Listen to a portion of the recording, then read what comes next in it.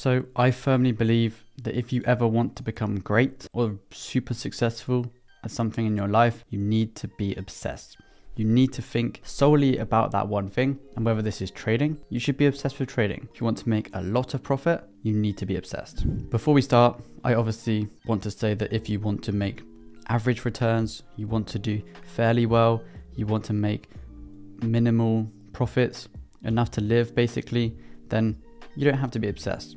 You can put in average amount of work and you can probably get average results. But anything I've done in my life, I don't want to be average. I want to be the best. So with trading and anything else in life, to be the best, you have to be obsessed. So let's get into it. I'm just going to give you some examples of people that, I follow that are obsessed with what they do and are the best in their industry.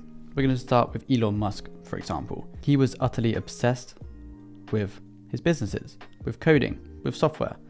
And what did he do to become obsessed? How was he obsessed? How do we know this? Him and his brother actually slept on their office floor before they made billions and billions of dollars. What they would do, one would be coding, one would be asleep, and they'd alternate so they can get as much work done as possible without ever having to stop coding.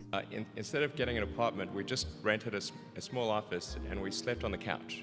That's a great example of someone who is obsessed. Let's also talk about Conor McGregor. You've probably seen a lot of clips of when he was talking about his fighting, and again, probably one of the most influential people in the fighting industry ever. I am not talented, I am obsessed. And he said that all he thinks about when someone's speaking to him is sequences, fighting, combos, everything like this, because he wanted to be the best. So all he thought about, all he did was fighting. And again, champion of the UFC. Those are a few examples of people who were obsessed with their industry and that became the best in their industry. So if you want to replicate that, you also need to be obsessed with trading. I feel like it's even harder in trading because it's such a hard business to make work long term. Anyone can make trading over the next 3 months profitable. Anyone can make their trading do fairly well. Like I mentioned, it can be quite easy. You can take a few good trades, you can make profit, boom, you've made money.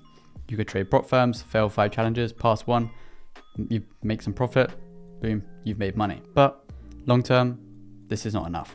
And you can't make consistent money from doing this. So if you want to beat the 90% of people that lose money, or the 90% of people that never make good profit from trading, then you obviously need to be putting in more work and be more obsessed than those 90% of people. Or let's even say 95% of people, because even the 10% of people that make money from trading, how many of those are actually making good money? Money that can change your life, money that can buy Rolexes, money that can buy the best setups, money that can do anything they want in life. You need to be in the top 1%. So how do you beat the 99% of other traders? Well, it's very, very simple. Put in more work and be more dedicated to improve than they are. And trading is always you against you. People often say that they're against the markets and the markets are targeting them, they're targeting their stop losses. This is utter rubbish. The people watching this video and myself, we're retail traders. They don't care about our few £1,000s on the trade. They're not targeting us. Although SMC traders will make it seem like they're targeting Kevin from London stop loss, it's not going to happen. Unless he's got hundreds of millions of pounds, they don't care about Kevin. And also no other trader is going against you. So when I say beating 99% or 95% of other traders, I just mean putting in more work than them and doing more than they're going to do so that you make more profit. It's not a competition and you shouldn't be comparing yourself, but it's just something to think about that if you want to become the best, put in more work than the rest. And there is obviously no way to judge who is the best trader or who is making more than the other, because I think that should be kept private. No one should really know how much money the other person's making, especially in trading. People often say that if you don't show your profits, then you can't be making money from trading. But then if you do show your profits, all you're doing is showing profits and you're a scammer. You can't really win. So the best thing to do is just make your money, keep it to yourself, and just live your life. And the hardest part about trading to become obsessed is during the tough months. So the months where you're in drawdown, you're losing money, and it's just not going as you expected it to go. This can be the most difficult time for a trader. No one outside of trading will understand. The people inside of trading that are winning, they'll understand, but would they want to talk to a losing trader? Most likely not, unless you are mentoring them, for example. Mentorship link below. But a lot of people just don't really care about your trading, because it doesn't affect them. You know, someone caring about your trading doesn't make them more money, so it doesn't matter. It's as simple as that. So you always have to focus on growing yourself as a trader.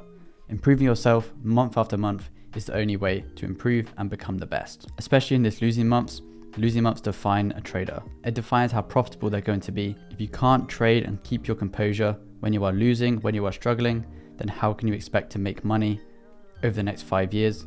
Because those periods are going to return. It's not like you have one period of drawdown that lasts 3 months and then that's it. That could happen year after year. It could happen twice a year. So it's how you deal with that, how you come back after that, and how you manage your risk during that period that will define you as a trader. And I've also noticed that the top traders in the industry or in business in general, or even sport, all they talk about and all they think about is that sport. And this is what I mean by you have to be obsessed. If I just go on my phone and I scroll back to when I was learning to trade, and you know, this was probably, so if I just show you here, again, it's just trading, you know, charts, profits, more charts, that's all you see. And that's how it should be if you are learning to trade. There are probably tens of thousands of screenshots just of trading. So if that's not the case, then how can you expect to be in that top 1%? So what are the next steps that you actually need to take to become obsessed with trading? Firstly, track your performance, track your growth. You often see the best firms in the industry, the best traders will always know their performance.